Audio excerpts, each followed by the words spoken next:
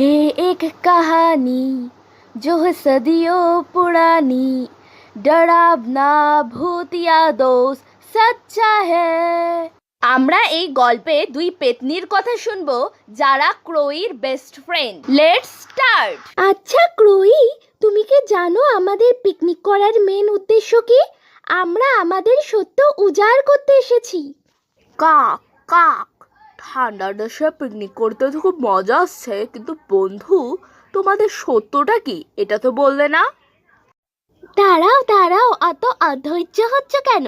তুমি আমার ও রেডির সত্য জানতে চাও তো? শীঘ্রই জেনে যাবে। কিন্তু বন্ধু তুমি রাগ করো না, আমরা এটা লুকিয়ে রেখেছিলাম। কাক কাক, যেই রহস্যই হোক না কেন আমি ওটা স্বীকার করব, কারণ তোমরা আমার বন্ধু বলে কথা।